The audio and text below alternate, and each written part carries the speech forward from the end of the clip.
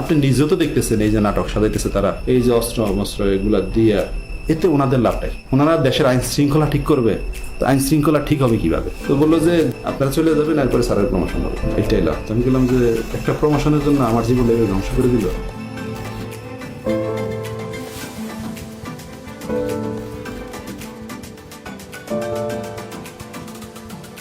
If we didn't have that commission, probably it will be just a storytelling. Nobody will believe, somebody will say yes, somebody will say no. Now they have concrete proof, and now they will go to the justice. 400 অভিযোগ পেয়েছে মাত্র 13 কার্যদিবসে। যারা গুমের শিকার victim এবং তাদের পরিবাররা প্রায় 1800-র উপরে আমাদের কাছে তাদের কমপ্লেন সাবমিট করেছে। সারা বাংলাদেশের বিভিন্ন পেশাজীবী, বিভিন্ন শ্রেণী পেশার, বিভিন্ন বয়সের, বিভিন্ন জায়গার, এবং তাদের মধ্যে অনেকেরই রাজনৈতিক পরিচয় আছে। কারো কারো ক্ষেত্রে হয়তো রাজনৈতিক পরিচয় ওইভাবে নেই, কিন্তু তাদেরকে জঙ্গি ট্যাগ লাগিয়ে দেওয়া হয়েছে। সব ধরনের মানুষ ছিলেন ভুক্তভোগী। দিনমজুর ভুক্তভোগী আসেন আমাদের কাছে, অত্যন্ত ধনী ভুক্তভোগী আসেন, কলেজ পড়ুয়া ছাত্র আসেন, যেমন তেমন নারী ভুক্তভোগী আছে। এমনকি 10 বছরের কম বয়সী ভুক্তভোগীও আমাদের কাছে আসেন। আমি শুধু আমাদের ওয়ানাসের আম্মু যখন বোরকা পড়তো তখন আম্মুকে একটা কালো কালার টুপি পরাইতো আর একটা হাত করা পরাইতো। মাঝে মাঝে আমাকে নিয়ে যেত, তো একদিন নিয়ে গেছে, বাকি সময় আমাকে রেখেই গেছে। গুমের সাথে আসলে বাংলাদেশের প্রত্যেকটা বাহিনী জড়িত বলা চলে। সেক্ষেত্রে প্রধানত আমরা যাদেরকে নাম নিতে পারি তাদের মধ্যে হচ্ছে rapid action battalion, Bangladesh police তো আছেই, detective branch of police, CTTC, DGFI, NSI, এগুলো প্রধানত তারা এই গ্রুপের সাথে জড়িত ছিল। কমিশন গঠন হওয়ার পরে মানুষের যেমন প্রত্যাশা ছিল, আমরা নিজেরাও প্রত্যাশা করতাম, আমরা আশাবাদী ছিলাম যে সমস্ত ঘটনার পুঙ্খানুপুঙ্খ আমরা বের করব। এই যে একটা অপরাধ সংগঠিত হয়েছে, যে অপরাধটা স্বাভাবিক কোনো অপরাধ না, যে অপরাধটা একটা পরিকল্পনার ভিত্তিতে রাষ্ট্র কর্তৃক সংগঠিত হয়েছে।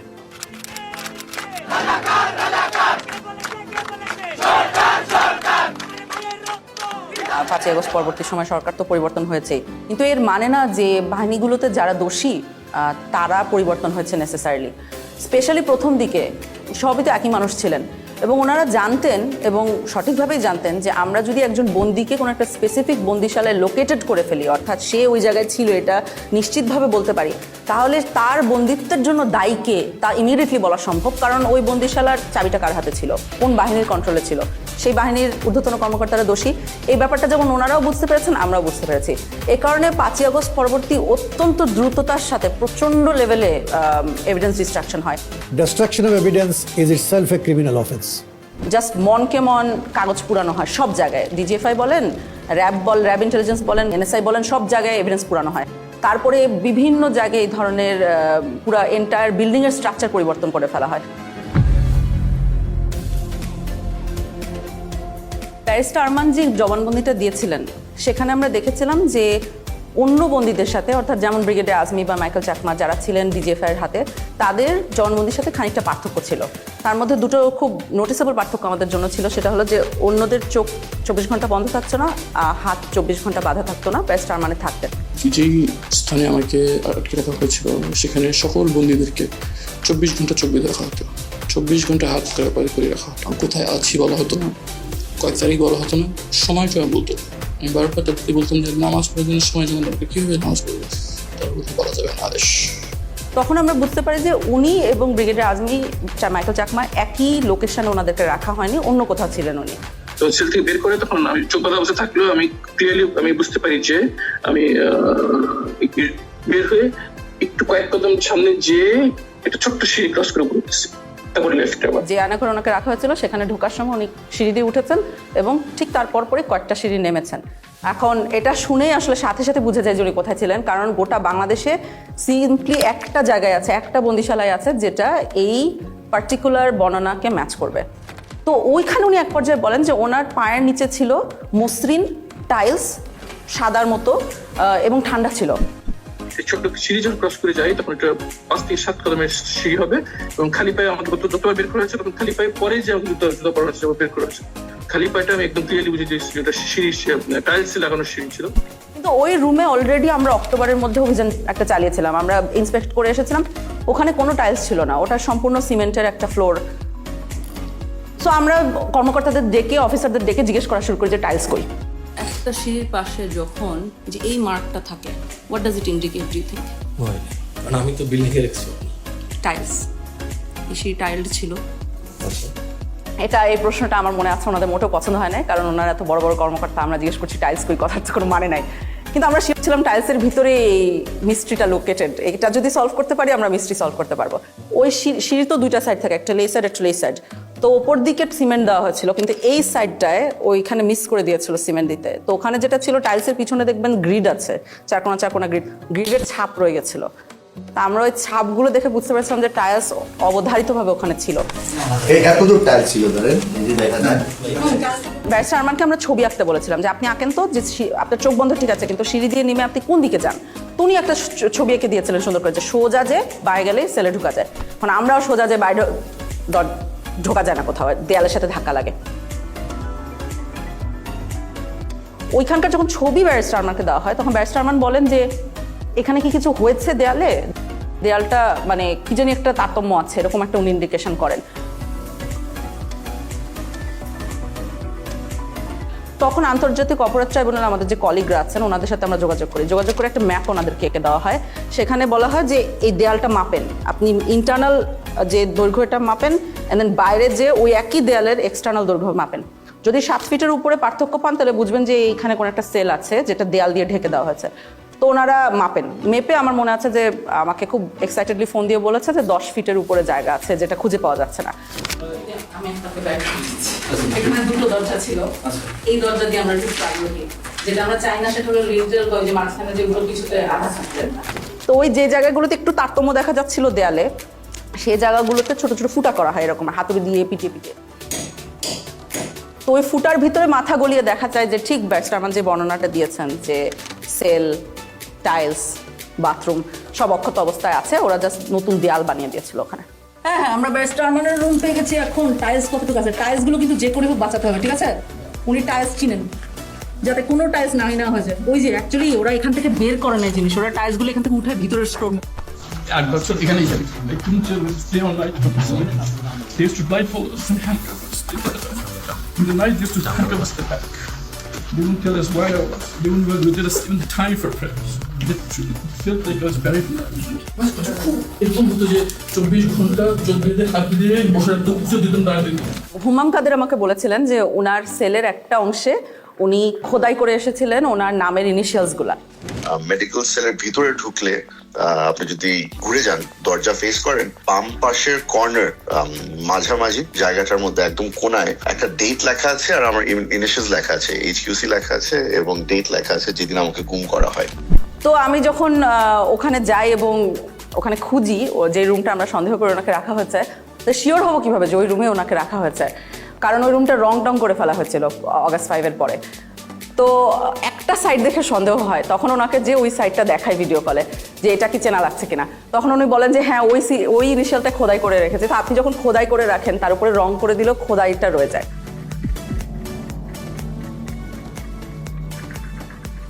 বিগত সময়ে যেটা 2009 থেকে 2024-এর 5ই অগস্ট পর্যন্ত আমলিক শাসনামলে যেটা হয়েছে, আমরা দেখেছি তারা সবসময় একটা বয়ান দিত যে বাংলাদেশে কখনোই গুম হয় না। এটা শুধু শেখ হাসিনার মন্ত্রিসভায় অনেক মন্ত্রীরা অহরহ বলেছেন এবং নিরাপত্তা বাহিনীর প্রধানরাও বলেছেন। নিরাপত্তা বাহিনী কিংবা আমাদের কোনো গুমের সঙ্গে তারা সংশ্লিষ্ট নয়। 3 ধরনের লোকই গা ঢাকা দেয়, এরা হয়তো কয়েকদিন পরে আবার আত্মপ্রকাশ করে, আবার যারা নাকি ফ্যামিলিগতভাবে মানে কোনো অসুবিধায় পড়ে তারা গা ঢাকা দেয়। যেখানেই গুম হচ্ছে সেখানেই আমরা কিছুদিন পরেই তাকে পাচ্ছি, হয়তো সে নানা কারণে আত্মগোপন করে থাকে, সেইগুলোকে গুম বলে চালিয়ে যায়। গুম বলে কিছু নাই, এরা সবাই লুকিয়ে যাচ্ছে, পালিয়ে যাচ্ছে, বউয়ের সাথে ঝগড়া করে দ্বিতীয় বিয়ে করেছে ইত্যাদি ইত্যাদি, এই ধরনের বিভিন্ন ধরনের গল্প তারা বলেছে। গুম হওয়ার পরে যখন গুমের শিকার ব্যক্তির পরিবারের সদস্যরা থানায় যেতেন জিডি করার জন্য, যে তার স্বজনকে খুঁজে পাচ্ছে না বা হারিয়ে গেছে বা তুলে নিয়ে গেছে, এইটার ক্ষেত্রে যখন জুরি করতে যেতেন কোনো বাহিনীর কথা উল্লেখ করতেন, থানা থেকে তাদেরকে বিতাড়িত করা হতো। আমার জিডি, আমার আপু, আম্মু, আমার স্ত্রী সবাই থেকে জিডি ওই এবং ওই বাড়িওয়ালারা তারা প্রথম থানাতে গেছিল, থানাতে জিডি নেয়নি। যদি কখনো মিসিং ডায়েরি নিত সেক্ষেত্রে পুলিশ নিজেরা লিখে দিত যে সে বাড়ি থেকে বেরিয়েছে, এরপরে আর ফেরত আসে না। আর কখনো যদি কোনো বাহিনীর কথা উল্লেখ করতো সে জিডি কখনো দিত না। এমনও হয়েছে যে বাহিনীর নাম উল্লেখও করে নাই, কিন্তু তারপরও জিডি নেয়নি, থানা থেকে তাদেরকে তাড়িয়ে দেওয়া হয়েছে। আমরা 250টা কেস ফিল্টার করেছিলাম আমাদের 1800-র মধ্যে থেকে, যে 250টা কেসের 3টে বৈশিষ্ট্য ছিল।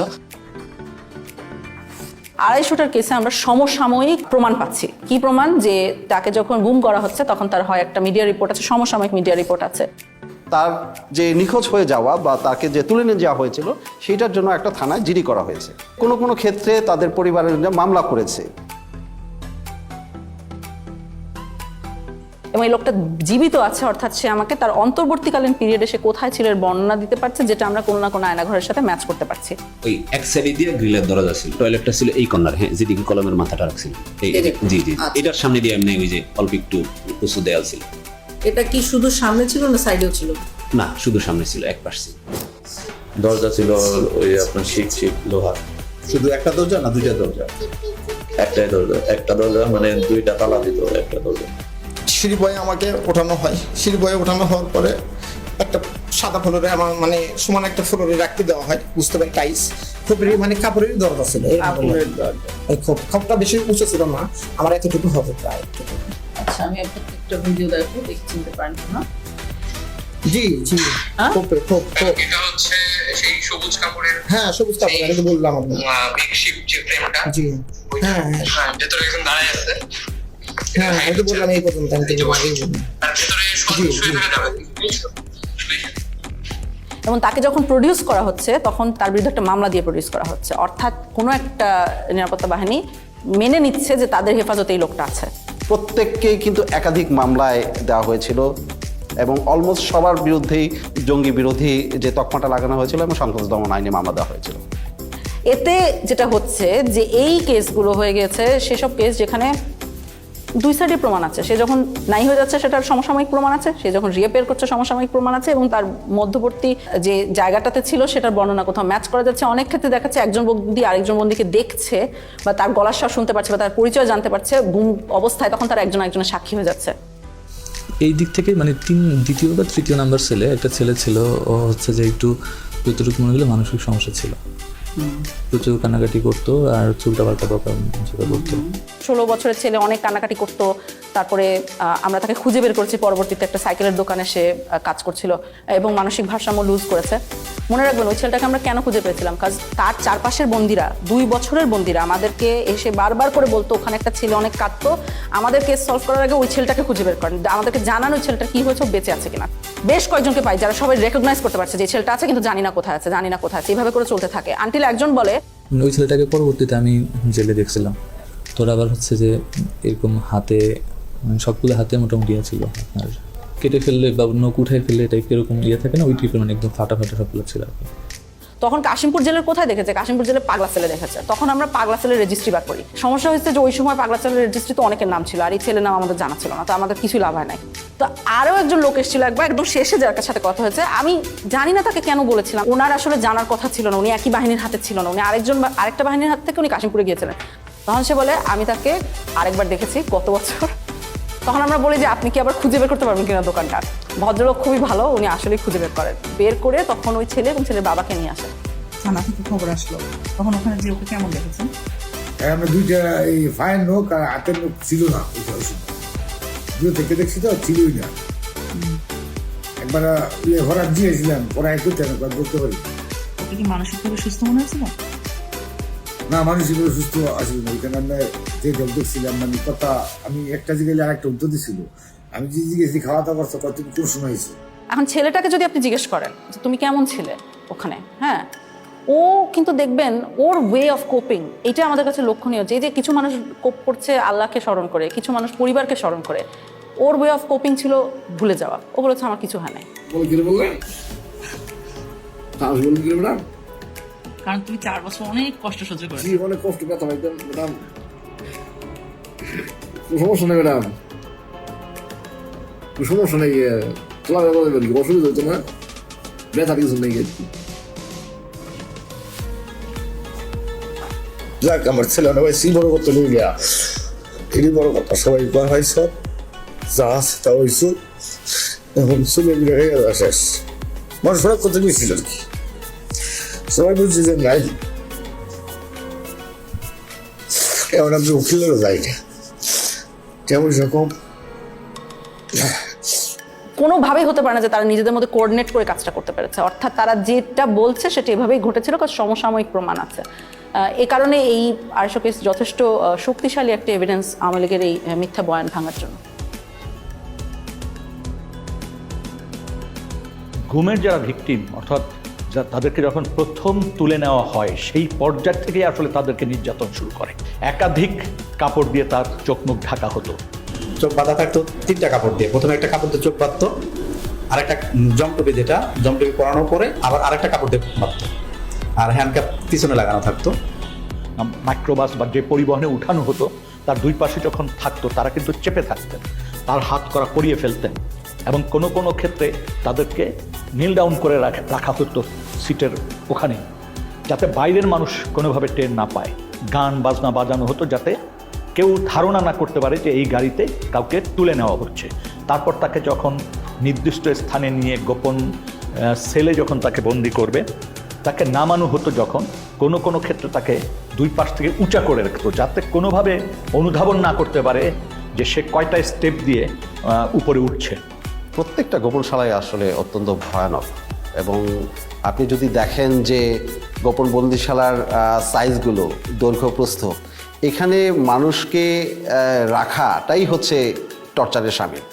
এখানে যারা আসে এখানে আসে এখান থেকে লোক নিয়ে যায়, কোথাও যদি ট্রান্সপোর্ট করে যে ঢাকা থেকে লোক নিয়ে অন্য কোথাও পাঠাবে, এখান থেকে 4 জন 2 জন এখান থেকে নিয়ে, আমি এরকম একবার 3 জন লোক নিয়ে এসে ট্রান্সপোর্ট করছি কর্মীটি লোকে, একবার গেট দিয়ে ঢুকে সাথে হাতে বাম পাশে, না হাতে ডান পাশে, আমি যদি এই দিকে ঢুকে হাতে ডান পাশে।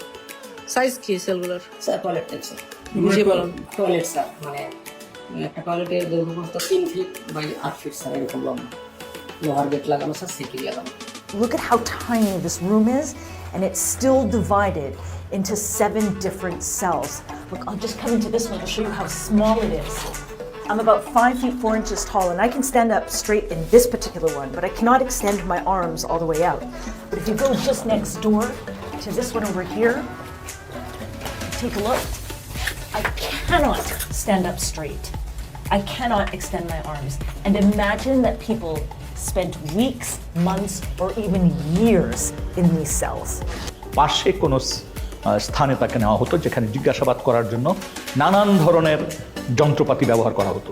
দেখা গেছে 8-10টা সেল আছে, তার সাথে একটা জিজ্ঞাসাবাদের ব্যবস্থা বা একটা রুম আছে। সেই রুমে যখন তাকে নেওয়া হতো, 2-1টি বাক্য বিনিময় করার পরই তাকে মারধর শুরু করে দিত।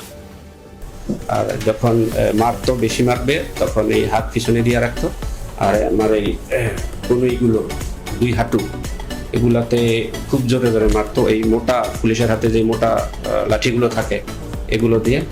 এবং এক পর্যায়ে আমাকে বলল যে তোর হাড় থেকে মাংস আলাদা করে ফেলবো। কোনো কোনো বন্দিশালার ভিতরেই টয়লেট, যেখানে তাদেরকে ঘুমাতে হতো রাতে, সেই জায়গায় তারা ঘুমাতে পারতো না। তার কারণ হচ্ছে কমোড থাকতো, ওই কমোডের উপরেই তাদের পা রেখে ঘুমাতে হতো। আমাকে ওখান থেকে টর্চার করে 2 জনের কাঁধে করে ধরে একটা সংকীর্ণ একটা বাথরুমে বললে চলে, আমি 5 ফুট 8 ইঞ্চি পা লম্বা করে আমার হাঁটু পর্যন্ত বাথরুমের ভিতরে চলে যায়, মানে এত সংকীর্ণ জায়গা। কিছু সেল ছিল এত ন্যারো, সেখানে বন্দি শুতেও পারতো না, জাস্ট পা গুটিয়ে কোনো মতে ওখানে থাকতো, যেন সাইজ ছিল 3.5 ফিট বাই 4 ফিট এরকম সাইজের। নিয়ে যাওয়ার পরে যেখানে আমাকে নিয়ে গেল সেটা হলো একটা ছোট একটা সেল, ছোট সেল বলতে 3.5 ফিট পাশে, আর লম্বা হলো আপনার 4 ফিটের থেকে একটু বড়। অর্থাৎ আমি সেজদা দিলে মাথায় লেগে যেত, আবার রুকু দিতে গেলে পিস্তলের সাইড লেগে যেত গ্রিলের সাথে, এরকম একটা অবস্থা ছিল। যারা বন্দি ছিল ওই বন্দিশালায় থাকাটাই হচ্ছে দুঃসহ মানসিক যন্ত্রণার একটা বিষয়। আমাকে ওই রকম একটা ফ্লোরের সাথে এরকম করে হাত দিয়ে এরকম করে আস্তে আস্তে বাড়ি দিতে হতো। বাড়ি দিয়ে একটু শব্দ হলে তারা লাঠির ইশারায় বাথরুমে নিয়ে যেত। বাথরুমের জন্য তারা মারতে দেরি হতো, অনেকে 8 মিনিট সময় দিত আমাকে, 8 মিনিটের বেশি হতো আমাকে বিলম্বিত মারতো, আবার লাঠির ইশারা দিত, অনেক বকবকি হতো। এক ধরনের যন্ত্র ব্যবহার করা হতো যে হাতে শিকল দিয়ে ওই যন্ত্রের সাথে আংটা পরিয়ে দিয়ে মেশিন চালু করলে তাকে আস্তে আস্তে ছাদের দিকে ঝুলিয়ে ফেলা হতো। এই ঝুলন্ত অবস্থায় ঘন্টার পর ঘন্টা রাখার ঘটনা আমরা শুনেছি, এমনকি মানে 24 ঘন্টার কথাও আমরা অনেক ক্ষেত্রে পেয়েছি। আমাকে ওই ফ্যান লটকায় এরকম একটির মধ্যে গামছা দিয়ে এরকম প্রায় 15 দিনের মতো ঝুলিয়ে রাখছে। শুধু আমি টয়লেট এবং নামাজ এই দুইটা আর খাবার সময় আমাকে ছাড়া রাখতো, আর এইরকমভাবে সবসময় ঝুলিয়ে রাখছে। কোনো কোনো বন্দিকে হ্যান্ডকাপ পরিয়ে জানালার গ্রিলের সাথে বেঁধে রাখা হতো সার্বক্ষণে, এবং সে শুতেও পারতো না, ওইভাবে কোনো মতো বসে থাকতো। এই যে এর জানালার মধ্যে একটা হাতে এই পাশে ঝুলাই রাখছে আর একটা হাতে এই পাশে। এই 5 দিনের মধ্যে 3 দিন এইভাবে আমাকে লকাপের সঙ্গে ঝুলাই রাখা হয়। শুধু একটাই দোষ ছিল, আমি বলছি আমি নিকাপ করবো না, আমি পর্দা করি। যেখানে হ্যান্ডকাপ পরা হয়েছে সেখানে কেটে গেছে, রক্ত পড়েছে, তারপরও কিন্তু তাকে নামানো হয়নি, বরং ওখানে পিটানো হতো এবং নানান কথা জিজ্ঞাসাবাদ করা হতো। এই ওনাদের নাম জিজ্ঞেস করতেছে, এর মধ্যে আমাকে কি করলো, পানি ঢাললো, মুখে গামছা দিয়ে পানি ঢাললো, কোথায় আছে বল, কোথায় আছে বল, কোথায়, মানে আমাকে মানে একটা সেকেন্ডের সময় দিতে আছে। আমি বলতেছি মুখের মধ্যে ভিজা কাপড় দিয়া প্রায় 2-3 মিনিটের মতো পানি ঢালতো, আর ওই সময় দেখা যায় আমি প্রায় সময় অজ্ঞান হয়ে যেতাম, আর মুখ দিয়া খুব লোট টোট ইত্যাদি এগুলো বের হইতো, তারপরও তারা হাসাহাসি করতো। কোনো কোনো ক্ষেত্রে তাকে চেয়ারে বসানো হতো। চেয়ার আবার 2 ধরনের ছিল। এক ধরনের চেয়ার ছিল যেটা কাঠের ফ্রেম, মানে কাঠের চেয়ার, সেখানে ইলেকট্রিক শক দেওয়ার ব্যবস্থা থাকতো।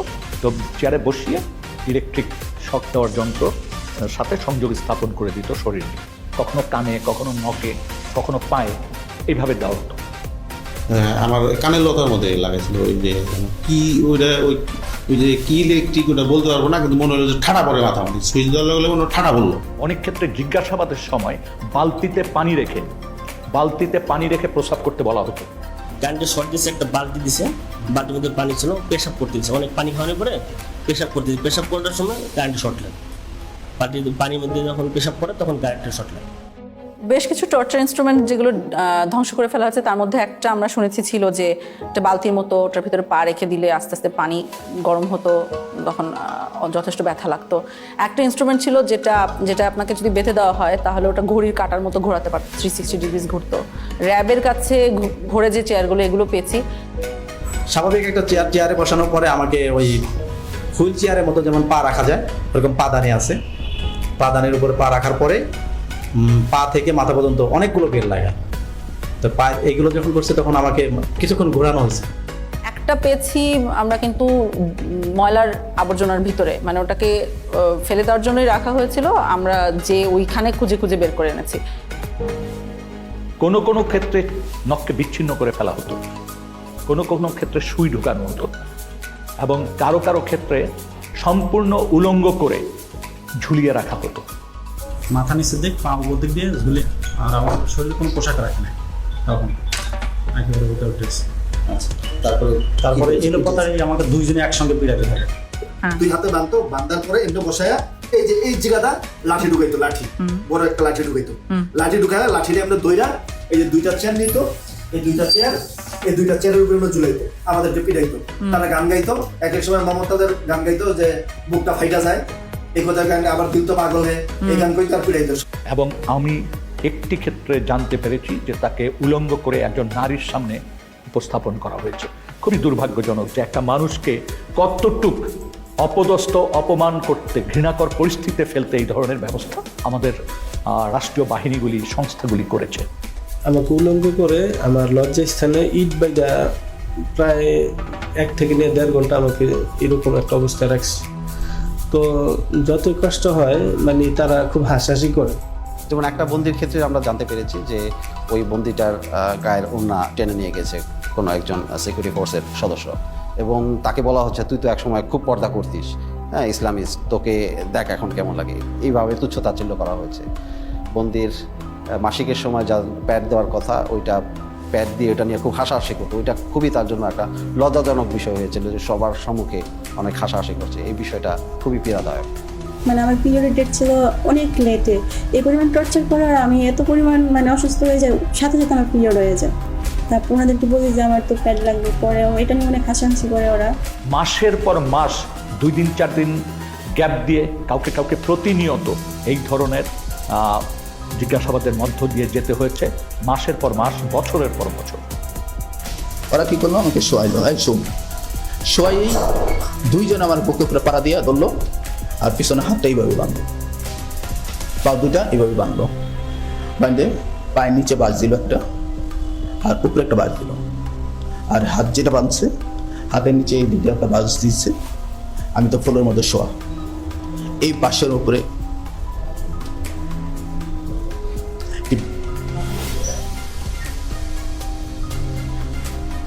বাসের উপরে আমাকে 4-5 জন দাঁড়াই গেছে। তখন আমার মানে ভিতর থেকে মানে আমি আর কোনো কিছু বলতে পারতেছি না, শুধু একটাই প্রশ্ন করতেছে, তোর বাড়িতে কে কে থাকে, তোর বাড়িতে কে কে থাকে। এবং আমরা দেখি এই জিনিসগুলো মানুষের ভিতরে অনেক বড় ভয় রেখে দেয় অনেক দিনের জন্য। হঠাৎ করে রাস্তার মধ্যে থেকে টেনে হাইস গাড়িতে উঠানো হচ্ছে। আমাদের অনেক ভুক্তভোগী এসি রুমকে ভয় পায়, কারণ এসি রুমে টর্চার রুমগুলোতে এসি থাকতো, কারণ আই সাপোজ অফিসাররা যখন এগুলো করতেন ওনারা ঘামতে চাইতেন না। গানটা সাউন্ড আসতো, মানে ঠিক থাকতে পারতাম না, আর শুধু চিৎকার সাউন্ড আসতো। গানটা যে মারধর করা হতো, যখন সাউন্ড আসতো মানে কোনো প্রকার আমি তো মানে টেনশন। আমি গানটা আমি কয়েকবার দেখার চেষ্টা করছি, ঠিক মতো আমি দেখতে পারিনি। শিখিয়া কালিয়ারে ওই গানটা আপনি দেখতে পারেন নাই? জি, গানটা আমি কয়েকবার দেখার চেষ্টা করছি, ওই আমি দেখতে পারিনি।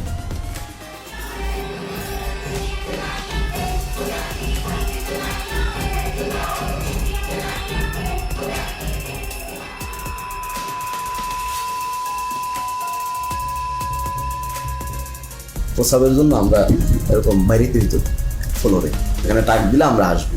প্রসাবে ধরছে মিউজিক ছেড়ে দিছি, ওই আওয়াজও তাদের কাছে পৌঁছায় না, মিউজিকের সাথে তো ওটাকে হারায় যায়, ওই সাউন্ডটা আর পাবে না। এরকম কিছু প্রসাব পায়খানা করে দিয়েছে আমার সামনে, আবার এটা আমরাই পরিষ্কার করতেছি, তারা দিয়ে যে করে তারা দিয়ে পরিষ্কার করে। আল্লাহর কাছে বলতে আল্লাহ আমার মেরে ফেললেই ভালো, এই কষ্ট দেওয়ার দরকার নেই। এই মানুষগুলো কিন্তু যারা বেরিয়ে এসছেন জীবন নিয়ে, তারা কিন্তু এটা ভুলতে পারেন নাই। তারা এখনো গভীর রাতে ঘুম ভেঙে যায়, তাদের চিৎকার করেন, এই ট্রমার থেকে কিন্তু এখনো বেরিয়ে আসেনি। বাথরুমে একটা নতুন লাক্স সাবান ছিল, হ্যাঁ, এখন ওই লাক্স সাবানের স্মেল আসলে আমার মাথায় কাজ করে। এই লাক্স সাবানের ওই স্মেলটা যদি কেউ আমার সঙ্গে গোল করবে, আমার মানে আমি ভিতরে অস্থিরতা চলে আসি, আতঙ্কগ্রস্ত হই। শুধু যে তারা বেরিয়ে আসে নাই তা না, এই সমাজটাও কিন্তু এক ধরনের ভীতিকর মানে ভয়ার্থ পরিবেশের মধ্যে একটা ভয় সমাজের ভিতর কিন্তু মানে প্রবাহিত। আওয়ামী লীগের শাসনামলে আমরা যেটা দেখেছি মূলত হচ্ছে বিরোধী রাজনৈতিক দলকে দমন করার জন্য এই গুমকে একটা হাতিয়ার হিসেবে ব্যবহার করা হচ্ছে, এবং সেক্ষেত্রে তাদের প্রধান টার্গেট ছিল বিএনপি, জামাতে ইসলামী এবং ইসলামী ছাত্র শিবিরের নেতাকর্মীরা। সরকারের বিরুদ্ধে যখন জনমত তৈরি হয়ে যেত, সরকারের বিরুদ্ধে যখন মানুষ প্রশ্ন করা শুরু করত, যখন সংঘবদ্ধ আন্দোলনের চেষ্টা হতো, বিরোধী দল বিরোধী মব যখন সংগঠিতভাবে ঐক্যবদ্ধভাবে কোনো বিষয়কে প্রোটেস্ট করতে চাইতো, তখনই এই নির্যাতনের মাত্রা বেড়ে যেত, মানুষের ঠিয়ানার সংখ্যা বেড়ে যেত। এবং আমরা যেটা দেখেছি যে প্রত্যেকটা জাতীয় নির্বাচনের আগে গুমের সংখ্যা অস্বাভাবিকভাবে বেড়ে যেত। এটা আমরা দেখেছি 2014 নির্বাচনের আগে, অর্থাৎ 2013 পিরিয়ডে, এবং 2018 সময় 2017-18 এবং 2024 নির্বাচনের ঠিক আগে 2023 শেষের দিকে এবং 24 শুরুর দিকে। In her second term as Prime Minister, security forces were locking up opposition figures without trial. Among them, a popular official with the Bangladesh Nationalist Party, Sajidul Islam Suhon. In December 2013, eyewitnesses say he and 5 friends were taken by authorities and never seen again. কেন নিল? কি দোষ আমার ছেলের? আমার ছেলে নাই, আমি কি করবো পয়সা থেকে? এটা আমরা সন্ত্রাস বিরোধী ট্রাইব্যুনালেও দেখতাম যে অস্বাভাবিকভাবে মামলার সংখ্যাটা বেড়ে যাচ্ছে, এবং সেখানে মূল আসামি হিসেবে যাদেরকে দেখা হতো তারা হচ্ছে তৎকালীন বিরোধী রাজনৈতিক দলের নেতাকর্মী। মিডিয়াকে আইনশৃঙ্খলা রক্ষাকারী বাহিনী, র্যাব, ডিজিএফআই, বিভিন্ন গোয়েন্দা সংস্থা তাদের মতো করে ব্যবহার করেছে। তারা যে ধরনের গল্প বানিয়ে দিবে সেই গল্পটাই যাতে প্রচার করা হয়। এবং মিডিয়া সেটা প্রচার করত নির্দ্বিধায়, কোনো জায়গায় কিন্তু তারা প্রশ্ন করতো না, একদম হুবহু একই বয়ান, বাহিনী যে বয়ানটা দিত সেই বয়ান, সেই গল্পই তারা ছেপে দিত। যখন একজন গুম হচ্ছে, there are one of two things যেটা হতে পারে, একটা হলো তাকে মেরে ফেলা হবে বা তাকে বাঁচিয়ে রাখা হবে। বাঁচিয়ে রাখার পরবর্তী কি হবে? বাঁচিয়ে রাখার পরবর্তীতে বেশিরভাগ কেস হলো যে তাদেরকে মামলা দিয়ে ছেড়ে দেওয়া হচ্ছে বাংলাদেশে। মামলাগুলো যথেষ্ট ভয়ঙ্কর, মানে এটা কিন্তু আমরা বলছি যে ক্রিমিনাল জাস্টিস সিস্টেম গুমের সাথে কন্টিনিউয়াস একটা সিস্টেম ছিল। ছাড়ার জিনিসটাকে সেটাকে লিগেলাইজ করার জন্য, অর্থাৎ তাকে একটা বেআইনি কাস্টডি থেকে একটা আইনি কাস্টডিতে নেওয়ার জন্য একটা মামলা মোকদ্দমা দরকার। সেই কাজটা করতে গিয়ে অনেক মিথ্যা মামলা মোকদ্দমা তাদেরকে জড়িত করে দেওয়া হতো। প্রত্যেকের ক্ষেত্রে একাধিক মামলা দেওয়া হয়েছে, তার মধ্যে একটা মামলা প্রত্যেকের ক্ষেত্রে কমন, সেটা হচ্ছে সন্ত্রাস বিরোধী আইনে মামলা দেওয়া এবং জঙ্গি তকমা দিয়ে দেওয়া। এবং প্রত্যেকটা ভিক্টিমের ক্ষেত্রে তাদেরকে দেখা হচ্ছে তাদের কোনো রাজনৈতিক পরিচয় আছে কিনা। তো বলছে তারেক রহমানের অ্যাকাউন্ট ডিটেল বলেন, কোন কোন জায়গায় তার টাকা থাকে। আমি বলছি ভাই আমি জানি না, I don't know, I simply don't know. তো বলছে ম্যাডাম জিয়ার টাকা কোথায় দিয়েছেন, কোথায় রাখে। আমি বলছি আমি জানি না। তখন আবার দিল, মানে আমার 2টা নিক্যাপ মানে তারা দিল, তারপর ফেলে রাখলো। ইভেন সম্পৃক্ততা না থাকলেও যদি দাড়ি টুপি পরে মসজিদে যায়, মাদ্রাসায় যায় বা এগুলো সম্পৃক্ততার কারণে কিন্তু এই মামলাগুলো দেওয়া হয়েছে। তুই তোর জামাতে তুই শিবিরের কোন পদ আস্তে তুই কী করো সেই সময় বলছি আমি একসময় ছাত্র শিবির করতাম, এখন আমি করি কেন, আমি মুখে বড়, তখন আমার মুখে আরেকটু বড় দাড়ি ছিল, মুখে বড় দাড়ি করি, টাকনুর পেছনে প্যান্ট করি, এই নানান কোয়েশ্চেন আমার ভাই কেন জামাতে স্থান করতো, এই টাইপের রিলেটেড কোয়েশ্চেন। ফাঁকে ফাঁকে উনি খুবই বাজে বিশ্রীভাবে মানে কথায় কথায় গালি দিতে এসেছিল, জঙ্গি রাজাকারের বাচ্চা, এশিয়ান রাজাকারের বাচ্চা বেশি। তাকে কিছু ভুয়া মামলা দিচ্ছেন, আমরা যেটাকে বলছি কিছু প্যাকেজ কেস দিচ্ছেন, অ্যান্টি টেররিজম অ্যাক্ট দিচ্ছেন, arms act, explosives act, district security act, এইসবের আন্ডারে মামলা দিয়ে দিচ্ছেন। দেওয়ার পরে তাকে অনেকদিন জেল খাটতে হচ্ছে, এরকম একটা সিস্টেম আছে। 4-5টা মামলায় একই ধরনের ভাষা ব্যবহার করা হয়েছে এবং ভার্বেটিম, ওয়ার্ড ফর ওয়ার্ড। যদি এইভাবে হয় 4-5টা, তাহলে বুঝতে হবে this cases are all manufactured cases. দুটো মামলার আপনার ল্যাঙ্গুয়েজ একরকম হতে পারে, কিছু হতে পারে গোপন তথ্যের ভিত্তিতে, this much acting on a secret information, the raiding party went to the place of occurrence and arrested the accused, এইটা হতে পারে। কিন্তু বাইরেও তো মিলার কথা না, ঘটনার স্থল, ঘটনার তারিখ এবং কীভাবে ঘটনা ঘটেছিল এগুলো তো আপনার মিলার কথা না। বিশেষ করে সন্ত্রাস বিরোধী আইনে যে মামলা, জঙ্গি ট্যাগ দিয়ে জঙ্গি বানানো, এইটাই কিন্তু প্রথমতই তাকে হিউমিলেট করছে। সমাজ থেকে কিন্তু তাকে প্রথমে বিচ্ছিন্ন করা দেওয়া হলো, পরিবার থেকে প্রথমে বিচ্ছিন্ন করে দেওয়া হলো এবং তার প্রতিবেশী সবাই কিন্তু তাকে ভিন্ন চোখে দেখে। এই ছেলেটা জঙ্গি, আমরা তো জানতাম না, এটা জঙ্গি পরিবারের সন্তান। তাদের মধ্যে একটা ফোবিয়া ছড়া গেছিল যে এই আপার সাথে হয়তো যোগাযোগ করলে আমরাও অ্যারেস্ট হতে পারি, আর এই মেয়েটার সাথে যোগাযোগ হলে আমরাও অ্যারেস্ট হতে পারি। এটার জন্য আমরাও নিজেদেরকে গুটাই নিয়েছিলাম যে কি দরকার যদি কারো ক্ষতি হয়। বাংলাদেশে জঙ্গি নাই এই কথাটা বলা যাবে না, জঙ্গি ছিল, জঙ্গি এখনো আছে। কিন্তু প্রশ্নটা হচ্ছে যেইভাবে এটাকে ফুলিয়ে ফাঁপিয়ে দেখা হচ্ছে, যেটা প্রোটেক্ট করা হচ্ছে, এইটার খুবই একটা ক্ষুদ্র অংশ হয়তো বাংলাদেশে জঙ্গি আছে। তৎকালীন যে সরকার ক্ষমতায় পাকাপোক্তভাবে টিকে থাকার জন্য এই ওয়ার অন টেররের যেই ন্যারেটিভ, এইটাকে জিয়ে রাখার জন্য এটা তারা চালিয়েছে। Killed by the BNP Jamaat, you know that BNP Jamaat is a terrorist party. They always go for terrorism and nepotism and corruption. I have to prove credibility, right? To whom? To whom? A terrorist party? A terrorist organization? No.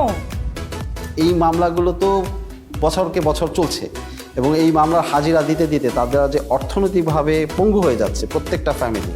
এবং আমরা একটা জরিপ করেছি যে minimum খরচ হয়েছে 7 লাখ টাকার মতো, তাদের হাজিরা থেকে শুরু করে এই মামলা পরিচালনার সব খরচ। অনেক ফ্যামিলি তাদের জমি জমা, তারপরে হচ্ছে বাড়িঘর পর্যন্ত বিক্রি করে দিয়েছে এই মামলা থেকে পরিত্রাণ পাওয়ার জন্য, কিন্তু মামলাগুলো ঝুলছে। প্রায় 3 লাখ টাকার মতো খরচ হয়েছে জামিনের পেছনে, আসা যাওয়ায়, গাড়ি ভাড়া, এটা হচ্ছে নিট একটা কস্ট। তারপর তো অন্যান্য জায়গায় এখানে টাকা খাওয়াইছে, ওইখানে টাকা খাওয়াইছে, বাড়িতে পুলিশ গিয়েছে কয়দিন পর পর, ডিবি থেকে লোক গিয়েছে, ওরা গিয়ে বসে থাকছে, তো বিভিন্ন ধরনের কথাবার্তা বলছে, ওদেরকে টাকা দেওয়া লাগছে, টাকা পয়সা না নিয়ে কেউ কখনো আসে নাই, থানায় টাকা দেওয়া লাগছে, বিভিন্ন সময় বিভিন্ন জায়গা থেকে সংস্থার লোক গেছে, ওরা টাকা খাইছে, অনেক টাকা পয়সা খরচ হয়েছে 16 সালেও। এখানে একটা দুঃখজনক বিষয় হচ্ছে যে অনেক ক্ষেত্রে দেখা যায় মামলাগুলো ভুয়া প্রমাণিত হওয়ার পরে তাকে বেকসুর খালাস করে দিয়েছে, কিন্তু তাকে যে এই যে 4 বছর বা 5 বছর যে সে কারাগারে বন্দী ছিল, এটা তাকে কে ফিরিয়ে দেবে? এখন ভুয়া মামলা দিয়ে এগুলোর পক্ষে তো তাদেরকে এখন প্রমাণাদি জোগাড় করতে হবে, প্রমাণাদি পাবে কোথেকে? হ্যাঁ, এটা একটা তো তাদের জন্য সমস্যা। তো ওখানে একটা বেশ well developed systematic torture regime ছিল আসলে। এই টর্চার করে কনফেশন আদায় করা হতো, স্বীকারোক্তি আদায় করা হতো। আমাকে লাস্ট এটাই চাইতেছে আব্দুল মুমিন আমি স্বীকার করতাম। হ্যাঁ, পরিচয় বলতাম। তো আমি আব্দুল মুমিন স্বীকার করে নিছি। করে নেওয়ার পরে এই যে এখন বাসজলা দিয়ে লাস্টে বলতেছে তোর নাম আব্দুল মুমিন, আর তোর বাপ যদি জিজ্ঞেস করে, কথা জিজ্ঞেস করে বলবি যে আমি বাবার সাথে রাগ করে তাবলিগে চলে গেছিলাম। তাবলিগের কিছু জিনিসপত্র আছে এই ব্যাগের মধ্যে, এই ব্যাগটা নিয়ে তুই চলে যাবি, ওরা ছেড়ে দিয়ে আসো। যেহেতু সব ম্যাজিস্ট্রেট এক না, কিছু কিছু ভালো ম্যাজিস্ট্রেটও আছে, তাই কিছু ম্যাজিস্ট্রেট আবার থাকতো খারাপ, এবং সবাই জানতো তারা মানে কারা, যারা এগুলো মেনে নেবে, এই ধরনের ফোর্সড স্বীকারোক্তি বা গুম হওয়া সত্ত্বেও জিনিসটাকে কগনিসেন্সে না নেওয়া। তো ওই সব মানুষদের সামনেই যাওয়া হতো, ওদের সামনেই এদেরকে প্রডিউস করা হতো, তারা ফোর্স স্বীকারোক্তি মেনে নিত। আমি বলছি না, আমি 160 আমার মাইরে ফেলাই, আমি 160 দিলে আমার ফাঁসি হয়ে যাবে। আমি তো এগুলো কোনো কিছুর সাথেই নাই। আপনারা যা বলতেছেন আমি এগুলো কিছুই জানি, সব সাজায় আপনারা দিচ্ছেন। তখন আমারও ওই আয়ু বলতেছে, ওই প্রথম দিন আমাকে যখন, এটা আপনাকে কি বলবো, মানে প্রথম দিন আমাকে যখন ওয়াটার বোর্ডিং দিয়েছে তখন আমার মানে আমি প্রসব করে দিয়েছিল। তো ওই জিনিসটা ও আবার আমাকে রিমাইন্ড করে দিচ্ছে যে তোরে যে মনে নাই, তোরে যে তুই তো প্রসব করে দিয়েছিস রিসিলি মেয়েদের লগে, আজকে কিন্তু আবার সেইভাবে মাইতে যা টানায় পিড়াবো, তুই যা বলি সেইভাবে কর। করে নিয়ে আসছে, করে নিয়ে আইসা বলতেছে, এমন একজন জাজের কাছে নিয়ে আসছে, আইসা বলতেছে ও 164 দিতে চায় না, অনেক চেষ্টা করছি দিতে চায় না। পরে বলে যে আবার সেই কোর্টের যে জাজ বলতেছে ও এখন দাঁড়ায় আছে কিভাবে, এটারে কেমন 164 দেয় না, এটা তো দাঁড়ায় আছে, সুস্থ আছে, 164 দেওয়ার জন্য কিছু মশলাপাতি খরচ করতে হবে না। A GUM or enforced disappearance is a violation of human rights. So the judges as a whole should be sensitized about the human rights, about the various human rights instruments and the violation of those human rights. Magistrate সাহেব উনি ডাক দিয়ে বললেন যে আপনাদের আসামি তো ইয়ে করতেছে না, কি বলে, বালক রক্ত স্বীকারোক্তি দিচ্ছে না।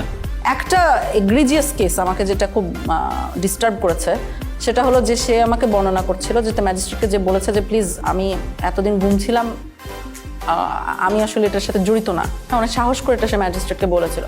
ম্যাজিস্ট্রেট তখন যে পুলিশ সাথে নিয়ে গিয়েছিল, পুলিশকে ডেকে বলেছে এই যে দেখেন কি বলছে, তখন তাকে বাইরে নিয়ে যাওয়া হয়। সিএম কোর্টের বারান্দায়, এটা শুনতে 8 তলা বা 9 তলায় কিছুক্ষণ আমাকে মারধর করলো।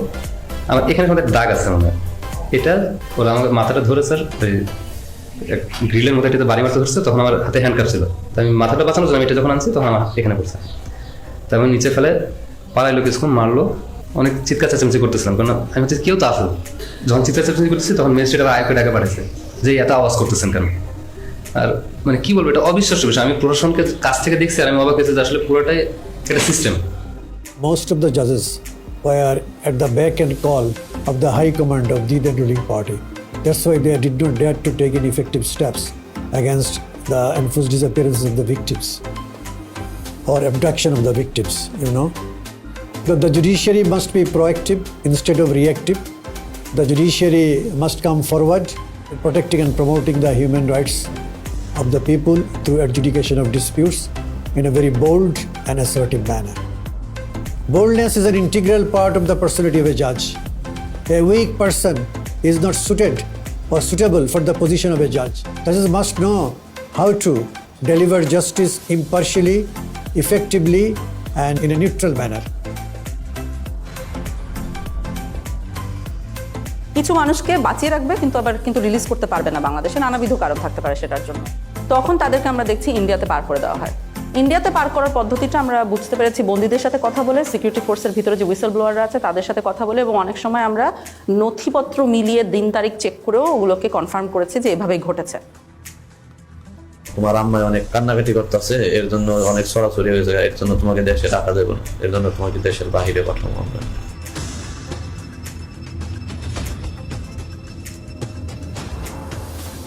নদী পার করাইলো, ওই নদী পার করানোর পরে তারপরে কাঁটাতারের একটা বেড়া আছে, ওই বেড়া দিয়ে আমাকে পার করে তারা নিয়ে গেল।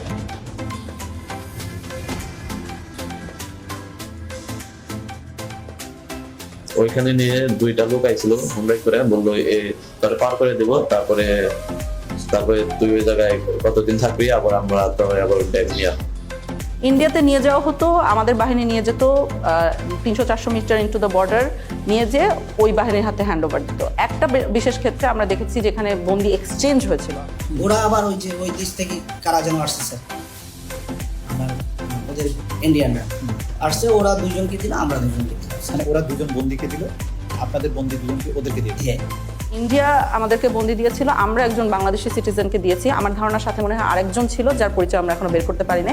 অর্থাৎ আমরা দুজনকে দিয়েছি, একজনকে পেয়েছি। ওই দুজনের মধ্যে একজন বাংলাদেশি নাগরিক, সাথে মিষ্টিও দেওয়া হয়েছে। ওই বাহিনীও মানে ইন্ডিয়ান বাহিনীও মিষ্টি এনেছিল, আমাদের বাহিনীও মিষ্টি ছিল। বন্দি গিফট দেওয়ার সাথে সাথে মিষ্টিও গিফট এক্সচেঞ্জ করা হয়েছিল। এটা আমাকে নিরাপত্তা বাহিনীর যারা ওখানে জড়িত ছিল তারাও বলেছেন, বন্দি নিজেও চোখে দেখেছে এই ঘটনাটা ঘটতে। ইন্ডিয়াতে নেওয়ার পরবর্তী কি হতো বন্দিদের আমরা সবসময় জানি না, অর্থাৎ কাদের কথা জানি না, আমরা জানি না ওখানে কাউকে মেরে ফেলা হতো কিনা। যারা মারা গেছেন তাদের খবর আমাদের পক্ষে বের করা এখনো পসিবল হয়নি। যাদেরকে হ্যান্ড ওভার করলো ওদেরকে নিয়ে আবার কি করলেন? ওদেরকে নিয়ে স্যার রাস্তায় দুজনকে স্যার ক্রস ফায়ার দিয়ে ফ্লাই দিয়ে আসছে। তবে এটা অবশ্যই হতো যে ইন্ডিয়াতে যারা বাঁচিয়ে রাখা হতো ইন্ডিয়াতে, তাদেরকে মামলা দেওয়া হতো, মানে অর্থাৎ ইন্ডিয়ান লিগাল সিস্টেমের ভিতরে তাদেরকে ঢুকিয়ে দেওয়া হতো। সো আনপাসপোর্ট মামলা বলবে, অর্থাৎ ট্রেসপাসিং এর জন্য কেস দেওয়া হতো। তখন ওনারা ইন্ডিয়াতে জেল খাটতেন, জেল খাটা পরবর্তীতে আবার ওনাদেরকে বাংলাদেশে পুশিং করা হতো। ভারতের কারাগারে যদি কেউ থাকে সেটার জন্য আমরা বাংলাদেশি বন্দী যারা আছে তাদের তালিকা চেয়েছি পররাষ্ট্র মন্ত্রণালয়ের মাধ্যমে ইন্ডিয়ান অথরিটিকে। কিন্তু সেক্ষেত্রে যে সমস্যাটা দেখা গেছে যে তালিকাটা দিয়েছে সেটা অসম্পূর্ণ, এবং আমরা যেই পিরিয়ডের তালিকা চেয়েছিলাম অর্থাৎ 2009 সাল থেকে 2024 সালের 5ই অগস্ট পর্যন্ত সেটা তালিকা পায়নি। এই সম্পৃক্ততাটা ইন্ডিয়া এবং বাংলাদেশের যে ইল্লিগাল একটা সম্পর্ক, এটা আসলে খুবই ট্র্যাজিক, কারণ এরকম হওয়ার কথা না, হওয়া উচিত না, এবং আমাদের দেশের সার্বভৌমত্বের প্রশ্ন অবশ্যই চলে আসে। কিন্তু হয়েছে, গত 16 বছর এটা হয়েছে। এবং কারো কারো ক্ষেত্রে চরম পরিণতিটা হয়ে গেছে, যেটা আমরা বিভিন্নভাবে জানতে পেরেছি, এবং অনেকে আমাদের কাছে ইতিমধ্যে এই কথাগুলো বলেছেন। এর মধ্যে একটা বড় অংশ আছে যাদেরকে বেশ কিছুদিন জিজ্ঞাসাবাদ করার পরে অথবা কয়েকদিন জিজ্ঞাসাবাদ করার পরেই সিদ্ধান্ত নেওয়া হয়েছে তাদেরকে হত্যা করা হবে। যখন একজনকে মেরে ফেলার সিদ্ধান্ত হতো তখন কাজটা ওরা, যেহেতু ওনারা ট্রেন্ড অফিসার্স, যথেষ্ট এফিশিয়েন্টলি করতো আমরা বলতে পারি। একজন মানুষকে কখনো কখনো মোরগ বলা হতো, কখনো কখনো প্যাকেট বলা হতো, কখনো কখনো সাবজেক্ট বলা হতো। ঊর্ধ্বতন অনেক অফিসার আছেন যারা মিড লেভেলে ছিলেন বা যারা গোয়েন্দা সংস্থাগুলি পরিচালনা করতেন, তাদের নির্দেশনায় তাদের উপস্থিতিতে এই মানুষদেরকে নিয়ে যাওয়া হতো মাইক্রোবাসে করে। টঙ্গীর থেকে রওনা দেওয়ার পর যতগুলি ব্রিজ আছে প্রায় প্রতিটি ব্রিজের গোড়াতেই নিয়ে নতুন যারা অফিসার সংযুক্ত হতেন র্যাবে বা র্যাব ইন্টেলে, তাদেরকে বলা হতো দুজন একজন মোরগ নামাও বা প্যাকেট নামাও, গুলি করো। যখন ক্রসফায়ার বেশি সমস্যা হয়ে গেল আন্তর্জাতিকভাবে এবং জাতীয়ভাবে, যে এরা একটা নিতে পারতেছিল না আর এটা ক্রিটিসিজম, তখন ওরা বললো যে আরে আমরা বডি প্রডিউস করি কেন, নাই করে দিলি তো হয়, তাহলে তোকে বুঝবি না কি হয়েছে। তখন এইটাই মুভ করলো ওরা, এটা একটা ডিসিশন ছিল। একটা জিনিস খুবই স্পষ্ট যে এই ঘটনাগুলি ঘটানো হতো, হত্যাকাণ্ডগুলি করা হতো। প্রথম দিকে কিছু লাশ রাস্তাঘাটে পাওয়া যেত, ফেলে যেত, তো কিছুদিন আগে উঠিয়ে নিয়েছিল কারার জন্য। তারপর যখন সন্দেহ হলো যে এটা আইন শৃঙ্খলা রক্ষাকারী বাহিনী বা কোনো গোয়েন্দা সংস্থা, যখন এই জিনিসগুলি মানুষের ভিতর কানাঘুষা হতে থাকলো, তখন কিন্তু আর রাস্তাঘাটে লাশ ফেলতো না। একটা বেশ কমন মেথড ছিল যেটা গোটা দেশে ব্যবহার করা হতো, সেটা হলো নৌকায় নিয়ে যে গুলি করে মেরে ফেলা। এরপর যখন যাওয়ার সময় হতো আমরা ইয়েতে যাওয়ার পরে ওই ডেস্টিনেশনটা আগে থেকে বলা যাবে এই সাউথের দিকে যাওয়ার পরে তারপরে হলো স্লোডাউন বললে তখন বুঝি একই প্রক্রিয়া শুরু হবে। যখন খোলের ভিতর থেকে তাকে তুলে নিয়ে আসে, সিলেটের বস্তা কিন্তু বাইরে থাকে স্যার, খোলের মুখটা খুলে একজন করে তুলতেছে স্যার, সিলেটের বস্তা দিয়ে সেটা ফেলতেছে, মাথায় হচ্ছে হাঁটু বড় বড় হচ্ছে। ব্রিজের মায়ের কাছে সিমেন্টের বস্তাটা তাকে একদম কর্নারে রাখছে, সেকেন্ড ম্যান স্যার চিলোটা দিয়েছে, চিলোটা দিয়ে ডেস্ক সব। তাদের পছন্দের জায়গাটা হলো মাথা স্যার, মানে মাথার এখানে বা পাশে বা মিষ্টি, তারপরে একদম ফায়ার করে। 2 রাউন্ডার ফায়ারের প্রয়োজনে কখনো যদি কখনো তার মনে হচ্ছে কারো হাত কেটে গেছে, তখন সেনাবাহিনীর একটা ক্যাম্প আছে ওই ব্রিজের গোড়ায়, সেখানে সুন্দরবন থেকে একটা ট্রলার নিয়ে আসা হয়েছিল, দস্যুদের কাছ থেকে উদ্ধার করার ট্রলার, যেটা জেনারেল জিয়াউল হাসানের টিম এটা এনেছিল। এবং পরবর্তীতে আমরা জেনেছি যে জিয়াউল হাসানের প্রত্যক্ষ তত্ত্বাবধানে অনেক মানুষকে ওখানে নিয়ে যাওয়া হতো রাতের গভীর রাত্রে। এই জায়গাটা এবং বন্দিরা থাকতো বুঝছেন এখানে এই ডেকের উপর কোনো সময় ডেকের ভিতরে অ্যান্ড দেন অফিসাররা কারণ ডেকের ভিতরে রাখে দেখা গেলো মাঝে ডেকে ফেলে তারা সবই এখানে বা কেউ এখানে থাকতো অ্যান্ড দেন এখানে এনে শুট করে এখান থেকে ফেলে দিবে ওখান থেকে ওখানে কুইক অ্যাকশন। তো গুলি করে মেরে ফেলার পরে পেটটা চিরে দেওয়া হতো এবং বডির সাথে সিমেন্টের বস্তা বেঁধে দেওয়া হতো বা ইটের বস্তা, যাতে ওনাদেরকে যখন ধাক্কা মেরে নদীতে ফেলে দেওয়া হচ্ছে তখন তারা ডুবে যেতেন। হচ্ছে গিয়ে এখানে দেওয়ার পরে এই যে মানুষটাকে শোয়ালেন, দেওয়ার পরে বাঁধার পরে তারপরে আবার গুলি করে ফেলা দেওয়া হয়। এদিকে বাঁধার রশিটা রেডি থাকে, ওইদিকে সিমেন্টের বস্তার সাথে রশি বাঁধা রেডি, যেমন রশি বাঁধার থেকে সিমেন্টের বস্তা খুলে না যায়। তারপরে বাকি রশিটা এখন এটা কোমরের সাথে দিয়ে বাঁধা সবচেয়ে সহজ। That of any other places of the whole body. এখানে গুলি করে লোয়ার পোর্শন ধরে ফেলে দিল। কে ফেললো? জিয়া তো গুলি করলো, এখন জিয়েই ফেললো না সাথে আরো যে লোক ছিল তার কে ফেললো এটা আমার খেয়াল নেই, এখান থেকে করে ফেলে দিল। তবে বেশ কিছু ক্ষেত্রে লাশ ভেসে উঠেছে। আমি এর ধরনের কেস দেখেছি যেখানে লাশ ভেসে উঠছে বুলেট উন্ড কপালে এবং গায়ে সিমেন্টের বস্তাটা কোনো কারণে একটা ছেড়ে গিয়েছে, অন্যটা রয়ে গেছে, এরকম অবস্থায় উঠছে। নারায়ণগঞ্জের 7 খুনের যে হত্যাকাণ্ড এবং তার লাশ লুকিয়ে ফেলার যে প্যাটার্ন, এই প্যাটার্নের সাথে অনেক অংশ মিলে যায়। এরকম নানাবিধ মারার আসলে টেকনিক ছিল, বিভিন্ন বর্ণনা থেকে আমরা পাই। কোনো কোনো ক্ষেত্রে বিষ প্রয়োগ করেও হত্যা করা হয়েছে। ইনজেকশন দিয়ে মারা হতো, এটার বর্ণনা পেয়েছি আমরা যারা এটা নিজে চোখে দেখেছে। একজন মানুষকে মেরে ফেলে তার লাশটা রেল লাইনে ফেলে দেওয়া হতো, মানুষ রেল লাইনে কাটা পড়েছে এই হিসাবে জিনিসটাকে প্রতীয়মান হয়। কিছু কিছু ক্ষেত্রে দেখা গিয়েছে যে অনেক সময় লাশের হাতে হ্যান্ডকাফ অবস্থায় রেল লাইনে কাটা লাশ পাওয়া গেছে, তো বোঝাই তো যাচ্ছে কি হয়েছে, নাহলে হ্যান্ডকাফ আসলো কোথা থেকে। একজন ভিকটিম তো বেঁচেই আছেন যাকে গাড়ির সামনে ট্রাকের সামনে ফেলে মারার চেষ্টা হয়েছিল এবং এরকম অনেকাংশে তো সাকসিডও করতো, এভাবে করে মেরে ফেলতো। ওই আবদুল্লাহপুর আশুলিয়া রোড যেটা, সেখানে নিয়ে যাওয়ার পরে উনি অন্যদেরকে নেমে যেতে বলে। নামার পরে আমাকে কানে কানে বলতেছে, ভাইজান আমাকে ক্ষমা করে দিয়ে দেখেন, আপনাকে তো চলন্ত গাড়ির সামনে ফেলে দেওয়ার জন্য বলা হয়েছে। হঠাৎ করে মানে আমাকে ধাক্কা দেওয়া, এবং আমি খেয়াল করতেছিলাম যে গাড়ি শব্দ আসতেছে, তো আমি তো তখন ধরে নিয়ে এসেছি যে আমি শেষ। আমি পড়ে গেছি, পড়ে যাওয়ার পরেও দেখতেছি যে আমি বেঁচে আছি। আমার তুলে ধরে বলছে যে আমি ভয় পাই না, আপনাকে তো আমরা রাস্তায় ফেলে দিয়েছি, কিন্তু গাড়িটা আসতে চলে গেছে। তবে আমি টের পাইছিলাম যে গাড়িটা যখন জোরে খুব রানিং এ আসতেছে, আবার যখন ফেলে দিবে ব্রেক শক্ত করে ধরে পাল দিয়ে টা করে শব্দ হয়, যেটা ঠিক সেই শব্দটাই আমার কানে আসছে। আমাদের কাছে যারা মুখ খুলেছেন এটাই পূর্ণাঙ্গ তথ্য না, এর কয়েক গুণ সমাজে এখনো রয়েছেন যারা এখনো আস্থা বা সাহস পাচ্ছেন না এই বিষয়গুলি জনসমক্ষে তুলতে বা তারা অভিযোগ করতে। তারা মনে করে যে এমনিই তো আমরা মামলা মোকদ্দমার ভিতর দিয়ে আছি, তারপর আবার এইটা করতে যে আবার কোন ফ্যাসাদে পড়বো, আবার আমার কোন ভোগান্তি হবে।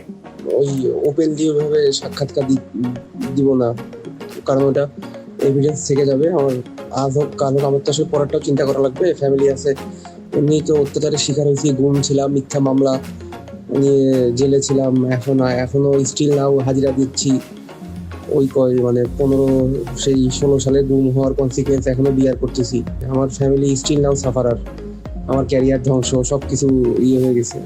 তার মানে এখনো কিন্তু আমরা এমন একটা পরিবেশ নিশ্চিত করতে পারিনি যে পরিবেশে মানুষ ভয়হীনভাবে এসে রাষ্ট্রের কাছে বা রাষ্ট্রের সংস্থাগুলির কাছে এসে বলতে পারে যে আমার জীবনে এই ঘটনাগুলি ঘটেছে।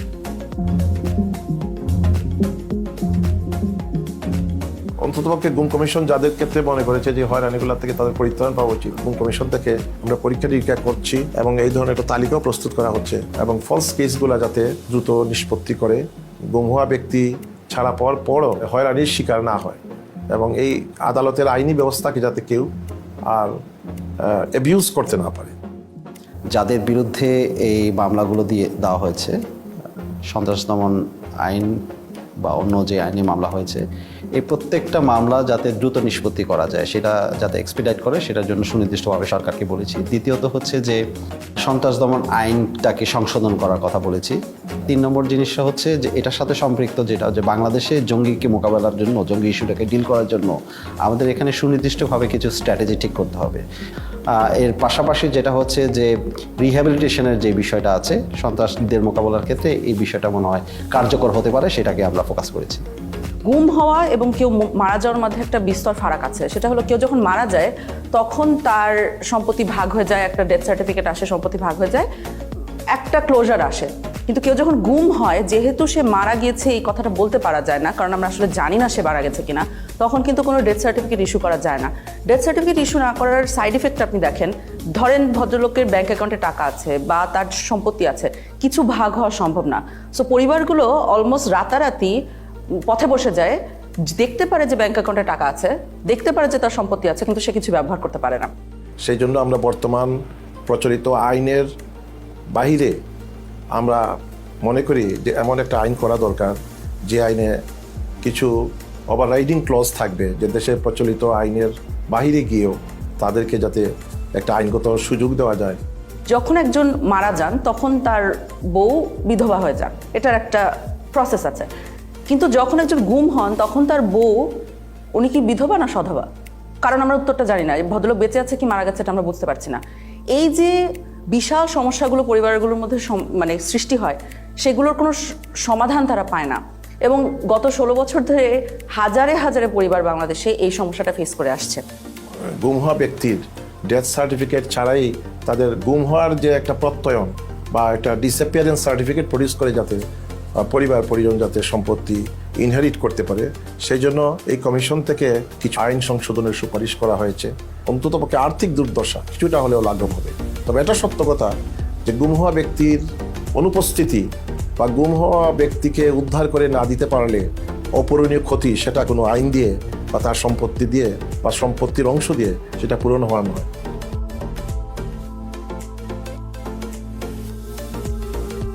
আমরা যদি আমাকে জিজ্ঞেস করেন, আমি মনে করি আমরা আশানুরূপ জায়গায় পৌঁছাতে পেরেছি। তারপরও বলবো, এত সংখ্যা এবং এত গভীরে এই অপরাধ সংগঠিত হয়েছে, এটার জন্য সময় একটা বড় ফ্যাক্টর। সেই বাহিনীর সদস্যরা যারা এই অপরাধের সাথে যুক্ত ছিল, তারা কিন্তু তাদের একটা বড় অংশ কিন্তু এখনও এই কাঠামোগুলিতে অবস্থান করছেন। তারপরে যাদেরকে চিহ্নিত করা গিয়েছিল প্রাথমিকভাবে, তারা কিন্তু পালিয়ে গেছেন। গুম ও বিচার বহির্ভূত হত্যাকাণ্ডের সঙ্গে সংশ্লিষ্টতার কারণে আইন শৃঙ্খলা বাহিনীর 42 কর্মকর্তার পাসপোর্ট বাতিল করা হয়। জানুয়ারি মাসে এদের বেশ কয়েকজনের বিরুদ্ধে গ্রেফতারি পরোয়ানাও জারি করে আন্তর্জাতিক অপরাধ ট্রাইব্যুনাল। যখন অ্যারেস্ট ওয়ারেন্ট বের হয় তখন কিন্তু তারা অনেকেই দেশে ছিলেন, কিন্তু পাসপোর্ট না থাকা সত্ত্বেও ওয়ারেন্ট বের হওয়ার পরপরই অনেক ঊর্ধ্বতন কর্মকর্তারা দেশ ছেড়ে পালিয়ে যায়। পালিয়ে যাওয়ার পরবর্তীতে এগুলোর এন্ড রেজাল্ট কি হবে? তো ধরেন আপনি বাংলাদেশ থেকে পালাচ্ছেন, মোস্ট লাইকলি আপনাকে ইন্ডিয়া যেতে হবে, কারণ ল্যান্ড বর্ডার আমাদের এসেনশিয়ালি ইন্ডিয়ার সাথে, মায়ানমারের যুদ্ধ হচ্ছে, সো ওনারা এদিকেই যাবেন। কারণ আপনি যদি দেশের একজন গোয়েন্দা বাহিনীর প্রধান হয়ে থাকেন, কয়েকজন মিলে আপনি ইন্ডিয়াতে গেলেন, ইন্ডিয়া কি করবে ফার্স্টে? ইন্ডিয়া যেটা করবে হলো আপনাকে বসায় আপনাকে ইন্টারোগেট করবে। এখন আপনি চিন্তা করেন যে বাংলাদেশের সকল সেন্সিটিভ তথ্য যাদের ভিতরে আছে তাদেরকে আমরা এসেনশিয়ালি ওনাদের হাতে তুলে দিচ্ছি, বা ওনারা ওনাদের হাতে যারা সোপর্দ হচ্ছেন। এই যে এত বছর যারা গুম খুনের সাথে জড়িত ছিলেন, তারা তো আমরা যেটা বলছি অনেকেই বাহিনীগুলোতে আছে। ওনারা কি চাইবেন? ওনারা চাইবেন ভবিষ্যতে ওনাদের এই অপরাধগুলো যাতে রিভিল্ড না হয়।